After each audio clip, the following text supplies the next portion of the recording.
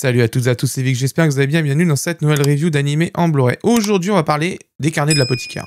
Alors, c'est une série qui est vraiment un énorme succès, hein. Peu importe son format, c'est un succès, aussi bien en light novel, chez Lumen, qu'en manga chez Kiyun, l'animé chez Crunchyroll, énorme succès, saison 2 en cours de diffusion d'ailleurs en ce moment.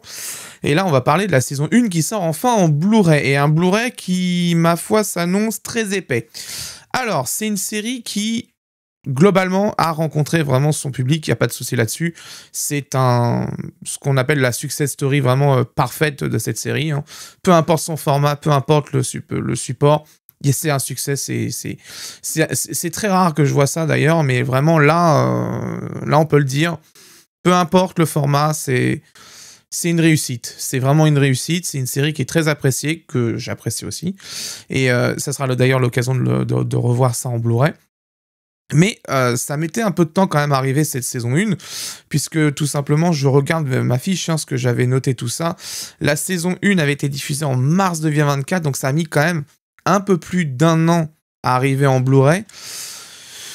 Bon, on va dire que voilà, il vaut mieux tard que jamais, hein, comme diraient certains, mais bon, c'est vrai qu'au Japon, c'est sorti... ouais, mais je crois qu'au Japon, normalement, c'est sorti par volume de mémoire. Donc, il y a peut-être une histoire de impossibilité de sortir tant que les volumes ne sont pas là. Mais en tout cas, voilà, c'est enfin dispo. La saison 2 est en cours actuellement chez Crunchyroll, hein, en simulcast. Donc, vous avez globalement toutes les possibilités maintenant d'accéder à l'animé, soit par le Blu-ray pour la saison 1 et plus tard par la saison 2 aussi en Blu-ray, soit vous commencez la saison 1 en Blu-ray, vous suivez avec la saison 2 en simulcast et vous prenez le Blu-ray après. C'est vous qui voyez. Alors, c'est un coffret qui est vendu, je crois, de mémoire, une 50aine d'euros à peu près. On va regarder si ça vaut le coup ou pas.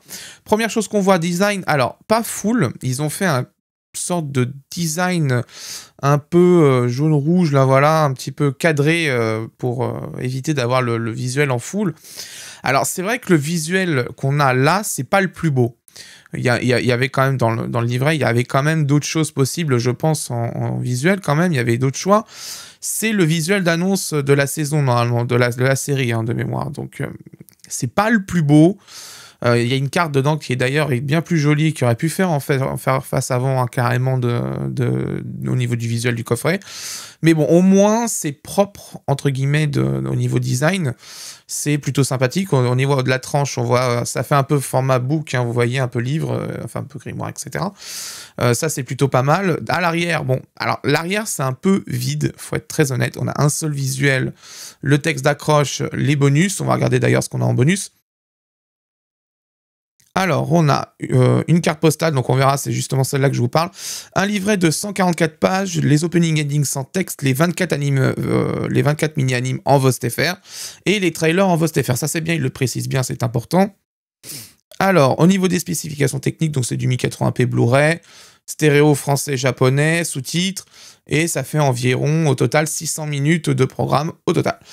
On va ouvrir le coffret, donc on arrive dedans à l'intérieur déjà, vous voyez le book. Voilà, c'est assez épais, c'est complet, on va regarder ça juste après. Et la carte postale, je vous disais, c'était celle-là. Et je pense que ça aurait été bien plus joli, en fait, en visuel à l'avant. Vous me direz ce que vous en pensez dans les commentaires, mais je pense que ça aurait été quand même bien meilleur.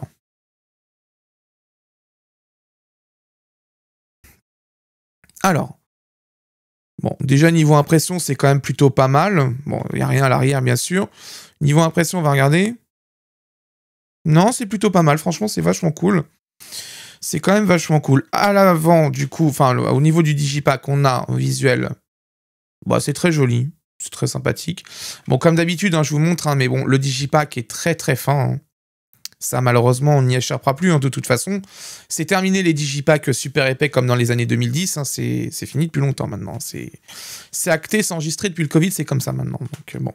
À l'intérieur, vous avez du coup les disques disque 1, disque 2 en swap color. Et pareil, de l'autre côté, si vous voulez voir le reste de la série, disque 3, disque 4. On va enlever les disques parce qu'à l'intérieur, il y a un visuel.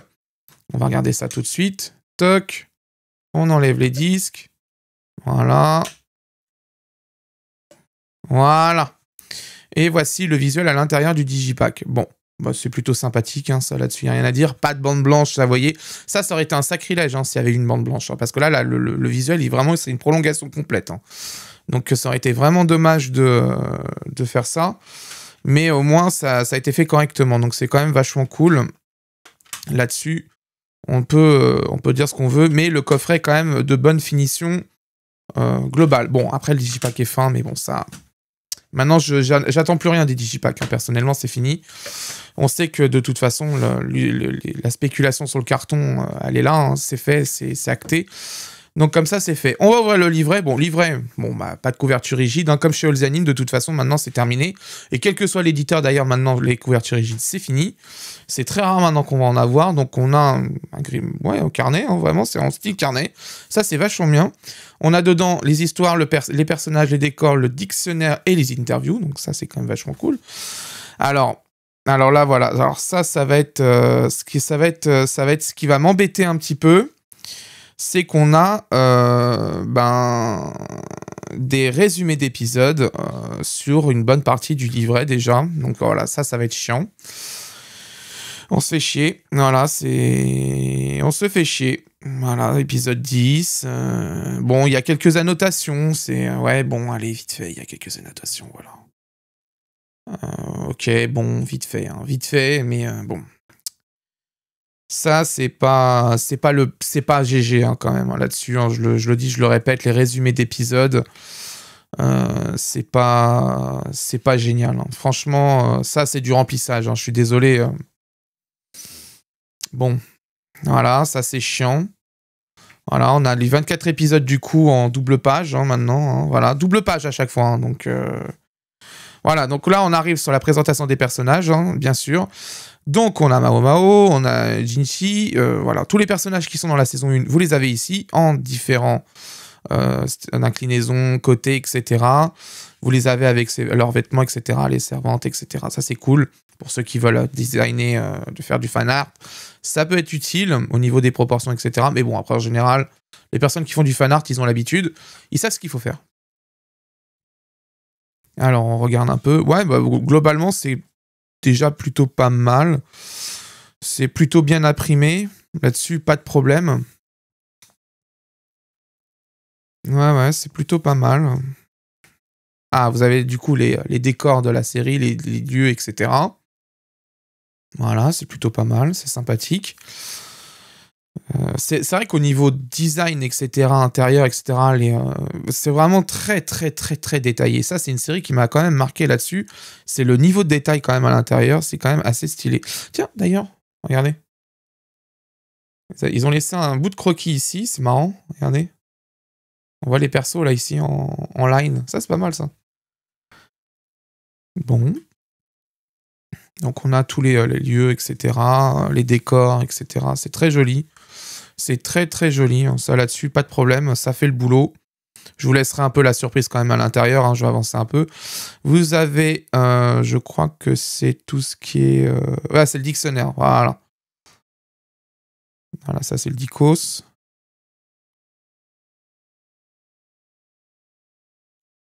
Ok, bon, pour ça, je vais vous laisser le découvrir tout seul. Et vous avez les interviews. Donc là, on a une interview de Yukiko Nakatani, qui est au charge du design des personnages.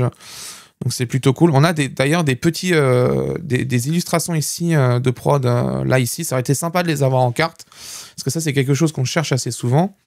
Donc là, vous avez encore des interviews, vous avez la personne qui est en charge des couleurs, Misato Aida, voilà, mettre en scène des émotions par les couleurs. Ça, c'est vrai qu'au niveau couleur, c'est assez béton armé sur la série. Hein.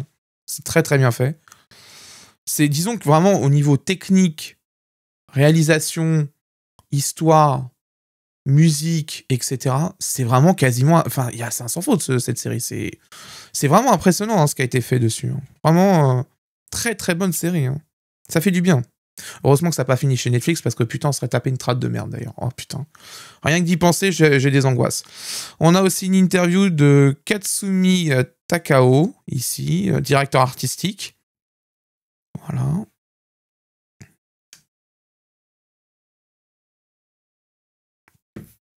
Donc c'est plutôt sympa. Vous avez une interview de la voix de Mao Mao, Aoi Yuki, ici. Voilà. Qui fait déjà une double page. triple page, quadruple page. Ça, c'est bien. Il y a un petit mot à la fin.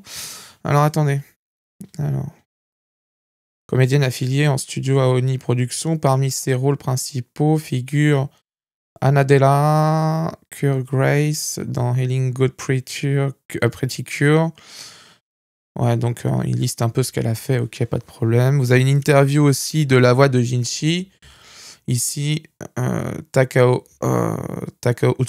Otsuka. On va y arriver. J'ai du mal à voir parce que du coup, la caméra a du mal à faire le focus un peu en ce moment. C'est malheureux, mais il va falloir que je revoie un peu l'éclairage du setup des reviews. Hein, parce que malheureusement, ça fait un peu trop de reflets pour la caméra. Elle aime pas ça. Donc, on a une double interview, etc. Les commentaires des compositeurs, ça c'est quand même vachement cool. Voilà, c'est plutôt sympa. Hein. Franchement, il y a du bon hein, dedans quand même. Hein. Vous avez une interview du réalisateur Nohiro Naganuma. C'est quand même vachement cool parce que bon, les réalisateurs, c'est toujours intéressant d'avoir des infos sur ce qu'ils ont pensé de l'œuvre et ce qu'ils ont pensé de ce qu'ils ont fait aussi derrière. Donc c'est quand même vachement cool. Et voilà. Donc c'est quand même un coffret qui est plutôt complet. Alors, c'est vrai que j'aurais bien aimé avoir quelques illustrations en plus de prod, comme ils le font sur My Hero Academia. Mais peut-être que, ouais, il n'y a peut-être pas eu d'autorisation pour le faire. C'est possible, hein, ça peut arriver malheureusement. Mais en tout cas, c'est un coffret qui est plutôt solide. Là-dessus, je pense... vraiment, on est dans ce qu'on attend d'un coffret Blu-ray. Hein. De toute façon, c'est ça en fait. Hein. Voilà, c'est ça. Hein. Il n'y a rien d'autre à dire. On attend du contenu, pas de merdis, donc pas d'autocollants, pas de trucs comme ça, du livret, des interviews, des décors, des choses comme ça. C'est ça qu'on attend de toute façon d'un coffret Blu-ray. Et Crunchyroll l'a bien compris sur ce coffret-là et ça rassure vraiment énormément quand même pour cette série. Parce qu'on avait un peu peur parce que c'est vrai qu'après Nier Automata, mais bon, je pense que Nier Automata, c'est l'exception qui faisait la règle. C'est que je pense qu'il a été trop précipité ce coffret, qui est sorti trop tôt, dans de mauvaises conditions, avec des mauvais choix qui ont été faits dès le départ, qu'ils ont dû corriger en cours de route. Bref, en tout cas, moi je trouve quand même que après Nier Automata, il n'y a plus trop de problèmes avec les coffrets Crunchyroll. Donc, ça va. Quand même, ça se passe plutôt bien là-dessus. Hein. Donc, on va aller voir ce que ça donne. On va regarder ce que ça vaut au niveau qualité vidéo, bonus, la traduction, parce qu'on va voir, je crois que de mémoire, il y a beaucoup de cartons dans cette série, normalement de mémoire. On va regarder s'ils y sont tous. On va regarder le son, on va regarder si on a le Master Blu-ray déjà. Et je vais vous donner mon avis dans la seconde partie de la review. À tout de suite. Bon, j'ai pu comparer l'édition japonaise, la version web Crunchyroll, parce que c'est important, on va en reparler juste après, et notre version Blu-ray. Voici mon avis. Au niveau des spécifications techniques, la définition est en 1920 par 1080, FPS de 23,76, une compression en H264 et un débit vidéo qui avoisine en moyenne à 34 mégabits par seconde. Passons maintenant à la qualité vidéo. Point très important ici, nous avons le Master Blu-ray. Pour vous donner un exemple, j'avais repéré sur la version web de Crunchyroll, à l'épisode 14, un loupé au niveau des calques. On le voit derrière à l'image, vous voyez les persos, il y a un moment où c'est dédoublé sur 2 des personnages. C'est justement ce loupé-là qui permet de voir justement si on a le Master Blu-ray ou pas. Sur le Blu-ray japonais, ça a été corrigé et on le retrouve sur notre édition, donc bonne nouvelle, on est sur la version définitive au niveau vidéo pour les carnets de l'apothicaire. Côté encodage, on est sur un débit vidéo en moyenne à 34 mégabits par seconde. Le compresseur H264 est plutôt bien configuré sur cette série, comme d'ailleurs la majorité des séries Crunchyroll ces derniers temps, sauf Nier Automata, bien évidemment. La rétention de grains est plutôt très bonne, la qualité de compression est plutôt très bonne, les paramètres sont les bons justement pour ce genre de série. Couplé au Master Blu-ray très propre et qui a eu un très bon traitement déjà de base, le résultat à l'image est excellent. Il n'y a pas de color banding, pas de pixelisation, pas de choses bizarres, rien. C'est extrêmement propre. Là-dessus, rien à dire. Il faut noter quand même qu'un léger filtre low pass a été appliqué. Vous savez, le low pass filter, c'est un système qui permet de pré-mâcher un peu le travail pour le compresseur vidéo en floutant légèrement certains détails. Là, c'est très léger. On peut le voir sur certains détails, notamment sur la capture que je vous ai mis pour comparer le Master TV et Blu-ray. Sur celui-là, on peut le voir sur le parapluie qui a eu un petit lissage, très léger, mais dans l'ensemble, c'est plutôt très bon. Ça a permis de gagner de la marge de manœuvre pour le compresseur vidéo. Avis plus que favorable concernant la qualité vidéo, nous sommes sur un encodage vraiment excellent et qui rend hommage à cette série qui est vraiment de très bonne qualité. Pour l'audio, on a droit en VO et en VF du Dolby True HD stéréo 24 bits, 48 kHz. La VO, excellente.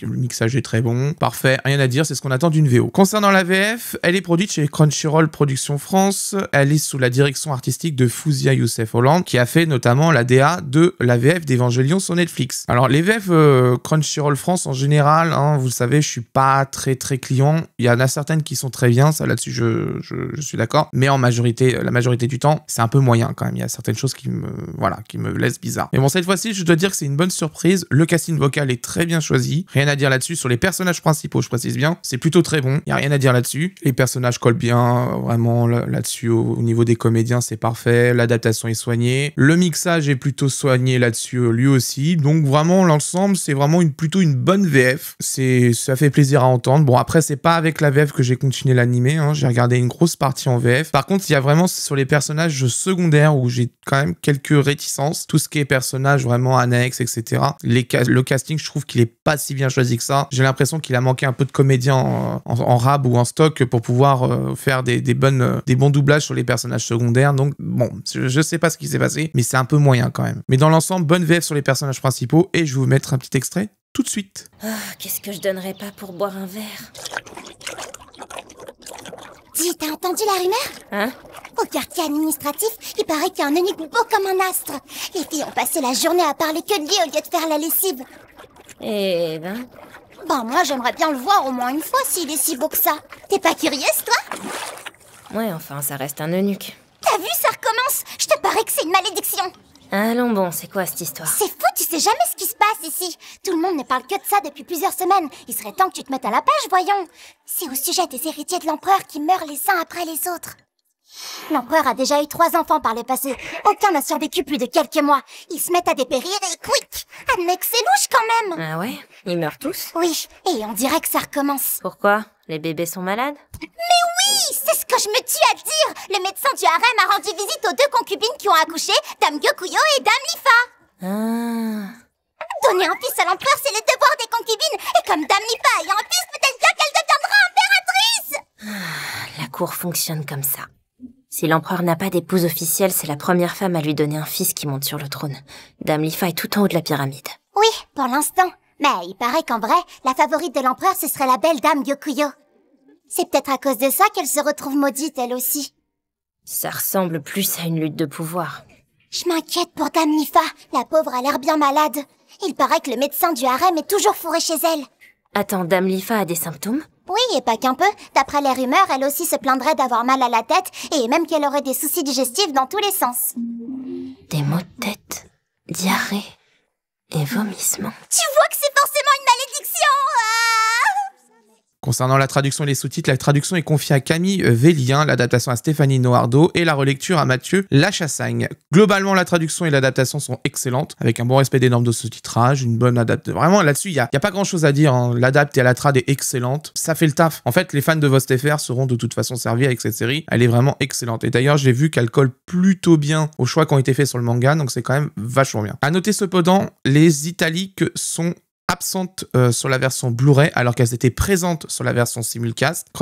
Crunchyroll ces derniers temps ont quand même quelques soucis au niveau des italiques, c'est pas la première fois que je vois ça sur les Blu-ray. C'est quand même bien dommage parce que ça c'est un problème de conversion du format IGISUB vers le format BDN XML pour scénaristes. Donc c'est quand même bien dommage, c'est qu'il doit y avoir un proxy quelque part en SRT qui fait que ça fait sauter toutes les italiques et ça c'est quand même bien dommage. Les panneaux affichés dans les épisodes sont bien traduits sauf quand il y a un texte à l'image qui est beaucoup trop important. Là c'est soit raccourci, soit pas affiché s'il y a un gros dialogue qui passe en même temps. C'est tout à fait normal, c'est pour correspondre aux normes de sous-titrage actuelles. Et enfin, un autre point, les crédits du staff japonais ne sont plus traduits dans le bouton crédit du menu. Seuls les cartons de doublage français apparaissent maintenant désormais sur ce bouton. Et ça, par contre, c'est vraiment dommage hein, quand même. Ça, c'est vraiment un gros retour en arrière. Direction le menu des disques pour voir ce qu'il y a côté bonus. En bonus, on est plutôt gâté. On retrouve les opening endings sans crédit. Ça, c'est classique. Les 24 mini-épisodes en bonus. En VostFR uniquement, c'est bien précisé d'ailleurs aussi sur le coffret, ainsi que les trailers, eux aussi en VostFR uniquement. Bon, franchement c'est cool, il y a des petits trucs sympas, il y a les mini-épisodes déjà, c'est vachement cool. Certes, ils sont pas doublés, ça va faire râler les fans de VF, mais de toute façon, en général, Crunchyroll, c'est plutôt rare qu'il les double maintenant. Les bonus comme ça, les petits mini-épisodes et tout, il les double en général plus du tout maintenant. Ils préfèrent directement les mettre en VOST-FR. Donc ça fera plaisir aux fans de la série. Il y a quand même des choses à se mettre sous la dent en bonus. On passe au plus et au moins du coffret. Alors les plus, Master Blu-ray couplé à un très bon encodage vidéo. Ça fait vraiment plaisir. Non seulement on a le Master Blu-ray qui corrige tous les défauts de la série, mais en plus l'encodage vidéo est très bon. Ça fait plaisir parce que ça permet d'avoir une série comme les carnets de l'apothicaire vraiment bien archivée. On a la meilleure version de toute façon là-dessus. On est même, je crois, un peu devant le Blu-ray japonais sur quelques points. Donc ça fait quand même plaisir. La VF est plutôt bonne. Bon, après voilà, moi comme je l'ai déjà dit, les VF Crunchyroll Productions en général, c'est moyen pour moi. Celle-là, elle est plutôt bonne, donc je suis plutôt agréablement surpris. Le casting sur les personnages principaux est plutôt bon. Sur le secondaire, moins quand même, ça faut quand même être honnête, mais dans l'ensemble, c'est quand même une bonne VF. Excellente traduction et adaptation, ça fait plaisir. Bon, après, j'ai pas de souci à me faire là-dessus. Les équipes de Crunchyroll sont très compétentes, j'ai rien à dire là-dessus.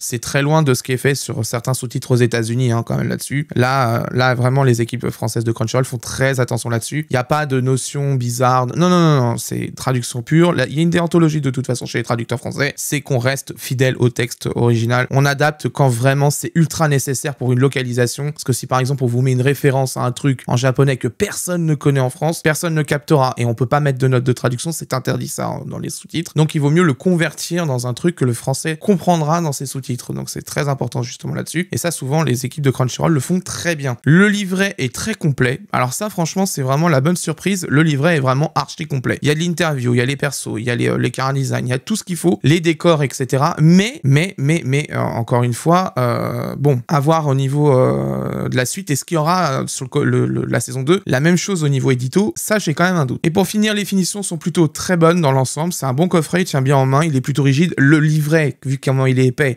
participe à la rigidité du coffret. Il reste néanmoins quand même le digipack qui reste quand même un peu fin. Je pense que Crunchyroll passera de toute façon à terme sur du Scanavo eux aussi, parce que de toute façon le digipack n'a plus d'avenir en fait. Le prix du carton tel qu'il est aujourd'hui n'est plus du tout intéressant et surtout est beaucoup trop fin au tarif où il est vendu. C'est pas possible. C'est pour ça que les animes est passé sur le Scanavo. C'est pour ça que d'ailleurs Naban aussi est passé sur le Scanavo, enfin le boîtier à Mario Scanavo. Mais voilà, petit à petit on commence à quitter de toute façon le carton et comme je l'ai déjà dit, le carton ce n'est pas premium, c'est très fragile, ça ne se remplace pas et c'est pas durable. Au niveau des points négatifs, alors la disparition des italiques dans les sous-titres par rapport au simulcast, ça c'est quand même bien dommage, surtout qu'en plus Crunchyroll sait le faire. On a déjà eu des Blu-ray chez eux qui avaient les italiques, etc. Donc je pense très sincèrement qu'on est sur un problème de conversion de sous-titres qui ne se passe pas très bien du tout. Je pense qu'il y a un proxy SRT quelque part dans le workflow et c'est ça qui fait sauter justement les italiques. C'est quand même bien dommage parce qu'ils savent le faire, je le sais très bien. Et c'est pas fait là, donc voilà, donc c'est quand même assez problématique. Et le deuxième point, plus de traduction staff japonais dans le bouton crédit du menu, ça par contre c'est vraiment dommage. C'était un point qui était vachement intéressant quand même de le conserver quand même un minimum et de surtout le laisser en crédit anglais au niveau des traductions. Ok, pas de problème parce que c'est vrai que c'est un Blu-ray maintenant international au niveau de l'autoring, mais là il y a plus du tout. C'est carrément il y a plus du tout. Ça fait déjà 2 Blu-ray, il y a plus. Donc là visiblement je pense qu'on part sur un abandon complet du staff japonais au niveau traduction et ça c'est quand même bien dommage parce que ça permettait de documenter et savoir qui avait bossé sur quoi. C'était quand même vachement bien. Surtout qu'en plus, Crunchyroll le traduisait épisode par épisode. S'il y avait des changements au niveau du staff dans la série, il les mettait justement pour pouvoir voir l'évolution du staff dans la série. Donc c'est quand même bien dommage. Si vous souhaitez acquérir ce coffret, comme d'habitude, je vous mets les liens en description pour avoir le coffret au meilleur prix. En ce moment, c'est Amazon qui le propose au meilleur prix. 39,83 €, frais de port inclus. Sinon, vous le trouverez aussi chez Anime Store au même prix, mais je crois que les frais de port ne seront pas inclus normalement de mémoire parce qu'on n'atteint pas le minimum de commandes. Je sais plus, j'ai un doute, mais voilà. En tout cas, vous avez Amazon et Anime Store au même prix. Donc je vous mets tous les liens en description de toute façon. N'hésitez pas à vous faire plaisir. Cette série est quand même vachement cool. Si vous avez quelqu'un qui aime la série, offrez-lui le coffret. Je pense que ça lui ferait plaisir, surtout vu du livret à l'intérieur. Il y a quand même des choses intéressantes au niveau des interviews. Donc n'hésitez pas. Les liens sont en description et c'est un bon coffret que je vous recommande d'acheter. Voilà, c'est la fin de cette review. J'espère qu'elle vous a plu. Prochainement, on va voir en review Cyber City Oedo 808. Enfin, il était temps. Ça fait un moment que je le dis qu'il va arriver, mais là, ça y est, j'ai fini la review, donc on va pouvoir commencer à monter tout ça. Et vous allez avoir aussi d'autres coffrets qui vont arriver, notamment Bleach, la nouvelle série que je vais faire. J'attendais en fait le deuxième coffret pour pouvoir me prononcer, parce que je voulais voir s'il y avait une évolution au niveau qualité vidéo. Il semble que non, donc on va pouvoir faire la vidéo quoi qu'il arrive. Si vous souhaitez soutenir mon travail, comme d'habitude, l'abonnement, le pouce bleu, la cloche, c'est super important. Et vous avez bien sûr l'espace commentaire qui est ouvert si vous souhaitez réagir à la review. N'hésitez pas, je répondrai à toutes vos questions si vous en avez. Et bien sûr, si vous souhaitez soutenir financièrement mon travail, vous avez le bouton rejoindre pour avoir accès aux reviews en première avec le statut 4K. Et vous avez les super merci si vous souhaitez me donner un tip vite fait pour soutenir mon boulot et que je puisse réinvestir dans des coffrets, parce que l'argent qui est récolté là-dedans sert uniquement à réinvestir dans des coffrets et je vous les fais gagner de toute façon fin d'année sur les réseaux sociaux comme d'habitude. Quant à moi, je vous laisse et d'ici là, portez-vous bien. Ciao.